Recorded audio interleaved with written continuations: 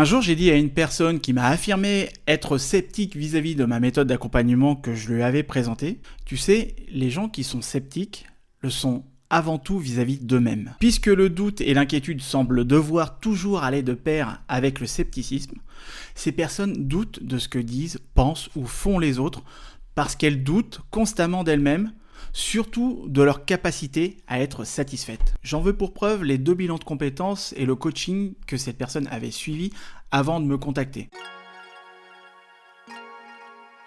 On ne peut pas travailler avec des personnes qui se montrent déjà sceptiques au démarrage. Je lui ai donc souhaité de trouver ce qu'elle recherche en lui souhaitant une bonne journée et un bon vent. Des sceptiques, il y en a partout. Le problème, c'est quand ils ont une tribune où s'exprimer, parce qu'ils répandent leurs inquiétudes et leur pessimisme autour d'eux. Ils ont l'objectif de vous ramener à davantage de modestie et de prudence à l'égard de vos croyances et par conséquent, à votre conduite. Résultat, vous en venez aussi à douter car vous remettez en question vos croyances personnelles par celles du sceptique. Et le danger, c'est d'acquérir des croyances d'une autre personne qui les a acquises lors d'une expérience mentale avec elle-même ou par son unique vécu. Le danger pour vous, c'est que ça peut devenir une véritable disposition à croire et à agir de manière prudente et modérée dans tout ce que vous voulez faire. C'est ainsi que je vois des personnes qui ont une volonté extraordinaire à la simple pensée de faire naître leur idée de projet professionnel, comme se mettre à son compte, changer de métier, se reconvertir ou changer de vie. Et je les vois se dégonfler comme un ballon gonflable. Pourquoi ? Parce qu'elles ont fait l'erreur de parler de leur idée à leur entourage. Vous avez dans votre entourage des personnes qui vous dissuaderont de vous lancer par souci de bienveillance ou même par jalousie. Et si vous avez des sceptiques autour de vous et que vous êtes hypersensible de nature ou non hermétique à leurs doutes, alors là, vous adopterez l'attitude de l'échec avant même de commencer. À moins que cela crée l'effet inverse, comme ça a pu être mon cas. De l'école primaire, au lycée, du salariat, à mon projet de me mettre à mon compte, jusqu'à ma vie en solo au Canada, peu de personnes ont cru en moi et en ce que j'ai pu faire. Et comme j'adore faire l'inverse de ce que pensent ou font les autres, j'en ai scotché beaucoup. J'ai scotché beaucoup de personnes qui, aussi drôles que ça puisse l'être, je les ai plus jamais entendues se montrer sceptiques. Si je vous parle de ça, c'est que vous avez déjà dû entendre que trouver un équilibre de vie entre sa vie professionnelle et sa vie personnelle, c'est un mythe. Que c'est impossible de pouvoir tout concilier dans sa vie, que consacrer assez de temps à chacune de ses responsabilités est compliqué, que c'est impossible d'être parfaitement équilibré. Et là, je suis d'accord sur ce dernier point. Ce terme, parfaitement équilibré, est un point dans lequel je reviendrai un petit peu plus tard, mais vous allez voir, vous allez mieux comprendre pourquoi parfaitement équilibré est un oxymore. Vous aussi, ça vous arrive d'être comme toutes ces personnes qui ont de plus en plus de difficultés à concilier les exigences de leur travail avec le reste de leur vie, et il est probable que ce soit aussi votre cas. Et vous n'êtes pas seul. Certes, il devient de plus en plus difficile de séparer la vie professionnelle et la vie personnelle, pour une simple et bonne raison, parce que celles-ci s'entrecroisent à tout moment de la journée, à tout moment de la semaine. Vous répondez à vos messages perso sur votre temps de travail et inversement. Vous répondez à vos collègues sur votre temps libre et à vos enfants ou à votre femme sur votre temps de travail, et même aussi votre mari. Si beaucoup de gens ont des difficultés à concilier vie professionnelle et vie personnelle, ce n'est pas uniquement dû à ces comportements, mais aussi pour diverses raisons, comme les réorganisations à répétition, comme j'ai pu en parler dans la vidéo sur comment demander sa rupture conventionnelle, où je vous expose les 5 signes qui prouvent que vous devez fuir de votre travail, le travail qui s'invite chez vous grâce à l'hyperconnexion, le multitâche qui entretient la culture de l'urgence et vous rend de plus en plus éparpillé, sans parler des licenciements de collègues non remplacés. Peut-être que vous avez aussi peur que cela vous arrive, alors vous consacrez aussi plus d'heures à votre travail. Les personnes épanouies et qui réussissent connaissent l'importance d'avoir un équilibre entre leur vie professionnelle et leur vie personnelle. Elles optimisent leur manière de travailler afin de maximiser leurs heures de travail tout en réservant, ou plutôt en préservant du temps pour d'autres activités. À l'époque, je ne m'étais pas approprié ce principe avant mon burn-out. C'est après que j'ai décidé de prendre soin de moi et surtout après avoir lu le best-seller La semaine de 4 heures. J'ai compris qu'il était important de préserver mon capital santé et mon espace de temps libre, mais surtout d'avoir un système d'organisation pour me libérer du temps et retrouver mon énergie. Car comme beaucoup de jeunes diplômés qui étaient bien payés, j'ai eu une sorte de sentiment de culpabilité qui avait pour effet de me faire passer beaucoup de temps au travail pour à la fois vaincre mon besoin de faire mes preuves, mais aussi pour trouver une sorte de ratio de temps équivalent à mon salaire. Donc je comptais pas mes heures. C'est ce qui a contribué, entre autres, avec le manque de reconnaissance, à mon épuisement professionnel, à mon burn-out. Mon équilibre de vie est depuis ce jour devenu une priorité. Si vous ne voulez pas sacrifier votre bien-être sur l'autel du présentéisme et ce culte stupide de la sortie tardive, la première chose à faire est d'être convaincu qu'un équilibre de vie existe. Mais avant d'aller plus loin, il faut comprendre ce qu'est l'équilibre de vie. Avoir une vie équilibrée, c'est avoir suffisamment de temps et d'énergie pour assumer tous les rôles que vous endossez dans votre vie, comprenant diverses responsabilités. Votre rôle de salarié, de parent, de partenaire, d'ami et le rôle que vous avez envers vous-même. Lorsqu'un rôle prend plus de temps et d'énergie que ce que vous avez bien voulu lui accorder, vous commencez à être déséquilibré. Ces rôles font partie de deux sphères de vie qui s'entrechoquent constamment. Votre vie privée, incluant toutes sortes de responsabilités comme l'aspect quotidien, les tâches ménagères, administratives, les courses, la préparation des repas, etc. L'aspect familial, prendre soin de vos enfants, de votre conjoint, de vos parents, etc. L'aspect santé, votre nutrition, votre sommeil, vos activités physiques. L'aspect social, vos amis, vos loisirs. Et l'aspect spirituel, donc tout ce qui est autour de la méditation ou tout ce qui permet d'alimenter votre esprit. Et d'autre part, la vie professionnelle ou entrepreneuriale avec d'autres responsabilités comme la gestion et l'administration, email, appels, paperasse, etc. Les nouveaux projets, les objectifs à atteindre, les relations professionnelles, etc. L'enjeu pour vous est bien évidemment de pouvoir concilier vie professionnelle et vie personnelle. Cela implique de passer un temps proportionnellement ajusté à tel ou tel rôle, c'est-à-dire garder assez de temps au travail tout en sécurisant vos temps libres de qualité. Lorsque vous vivez un déséquilibre dans votre vie, c'est qu'une de ces sphères privées ou pro vous prend trop d'espace mental. Quand quelqu'un bosse trop, on dit qu'il n'a pas de vie. Quand quelqu'un a trop de temps pour lui, on dit qu'il ne fait rien de sa vie. Donc votre équilibre de vie va être de savoir comment concilier votre vie professionnelle et votre vie personnelle. Et pour cela, vous devez d'abord concilier toutes vos réelles priorités entre elles. Ces priorités, ce sont vos responsabilités. Dans chacune de ces sphères de vie, il vous faut concilier les différentes responsabilités pour ne pas en négliger certaines.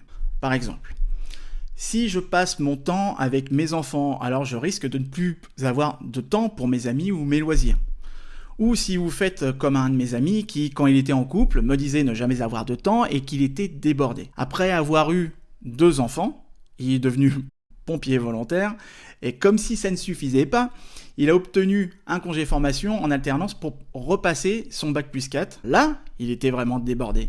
Et il en est de même dans votre travail. Je me rappelle que certains de mes collègues qui me faisaient des reproches à l'époque, je vous en ai déjà parlé, de partir à 18h alors que eux, ils passaient la majeure partie de leur temps à la machine à café. Si au travail, vous passez trop de temps à quelque chose comme la machine à café, lire vos courriels ou expédier les tâches administratives, vous risquez de manquer de temps pour vous consacrer pour ce projet sur lequel vous devez bosser. Vous comprenez où je veux en venir ? Que ce soit dans la vie personnelle ou dans la vie professionnelle, l'équilibre implique d'être en mesure d'avoir suffisamment d'énergie et de temps pour concilier toutes ces responsabilités et pour les assumer et ne pas les négliger. Et si autant de personnes pensent que cet idéal est un mythe, que c'est irréaliste et impossible à atteindre dans les faits, eh bien, je vais vous dire pourquoi. Restez avec moi, je vais y venir tout de suite. Pourquoi autant de personnes pensent que c'est un mythe ? Une des raisons est que la plupart des personnes n'arrivent pas à trouver un juste milieu entre le manque de planification et la surplanification. Le manque de planification, c'est laisser son agenda, donc laisser votre agenda suivre le cours du temps sans dissocier les tâches urgentes de celles qui sont importantes, sans vous fixer d'objectifs mesurables et limités dans le temps, en laissant votre quotidien prendre le pas sur votre capacité à trouver des solutions pour vous et à faire les bonnes choses, celles qui vous font avancer dans votre vie. Ce qui est une porte ouverte d'une certaine manière à l'empiètement de votre temps par les autres.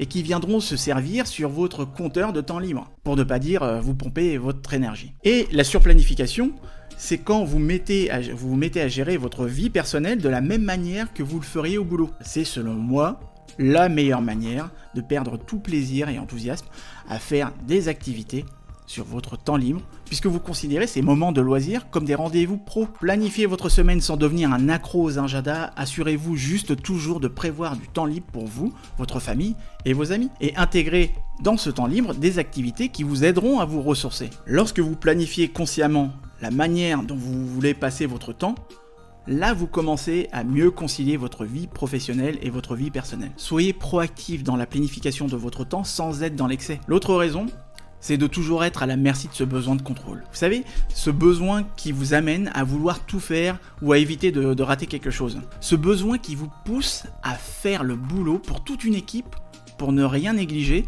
et qui vous plonge dans le syndrome du sacrifice. Vous cherchez à être partout et quand on cherche à être partout, on est nulle part. Vouloir tout faire et s'agiter dans tous les sens est tout aussi stérile que de ne rien faire. Par exemple, si j'essaie de faire cette vidéo tout en répondant à mes emails ou à mon téléphone, je terminerai jamais cette vidéo en 20 minutes. Et ce problème n'est pas un problème d'équilibre, c'est un problème de discipline et de concentration. Si vous vous sentez débordé ou pas concentré, c'est que vous avez pris l'habitude d'être interrompu dans votre flow. Vous passez un peu de temps par-ci, un peu de temps par-là, vous voulez trop en faire dans votre journée. C'est pour cela que beaucoup d'entrepreneurs ou chefs d'entreprise vous diront que l'équilibre de vie pro-perso est un mythe et qu'il ne peut pas être atteint. Mais devinez quoi ? C'est vous qui choisissez délibérément là où vous décidez d'investir votre temps et votre énergie. Et c'est aussi vous qui décidez d'accepter ou de refuser une opportunité, une tâche, une action, etc. Et très souvent, vous regrettez moins d'avoir refusé que l'inverse. Comme le dit très bien Jérôme Niel, un ami youtubeur que j'ai interviewé pour mon premier blog en 2013. Une carrière, peu importe le corps de métier, une carrière ça se construit, moi je suis persuadé que ça se construit sur des refus. Il faut savoir dire non, quoi. Tout simplement. Mais c'est compliqué parce que je comprends totalement qu'il y en a qui puissent dire un peu trop vite oui, parce qu'ils sont dans un contexte, dans une situation où il faut dire oui, parce que si on ne dit pas oui, on se retrouve au chômage ou je sais pas quoi. De toute façon, j'allais pas rester 5 ans à dire non à tout et de me dire, tu vois, j'ai dit non à Morandini, regarde maintenant où je suis, au chômage, ouais non. Heureusement, ça s'est bien passé par la suite, mais ça se construit sur des refus, donc il y a effectivement plein de propositions pour devenir effectivement chroniqueur des trucs en télé, sur plateau et tout, où j'ai dit non parce qu'elle me convenait pas, elle me parlait pas. Cette conversation fait référence à une annonce que j'avais vue en 2011 sur la chaîne de Morandini, dans laquelle il recherchait justement pour son émission des chroniqueurs. Et à l'époque, Jérôme commençait doucement sur internet et je lui avais partagé cette offre qu'il avait refusée. Et il a eu raison de refuser car l'émission de Morandini s'est stoppée en 2012, juste un an après. Et depuis, Jérôme, qui a 1 million d'abonnés sur Instagram, à l'heure où je vous parle, a parcouru beaucoup de chemins, a animé des émissions sur Canal+, a joué dans quelques films au cinéma, etc. Alors à vous de vous réapproprier votre capacité à faire des choix rationnels. De cette façon, vous vous impliquerez de manière équilibrée dans le travail, la vie et même la famille, et être meilleur chaque mois. C'est difficile, mais ce n'est pas impossible.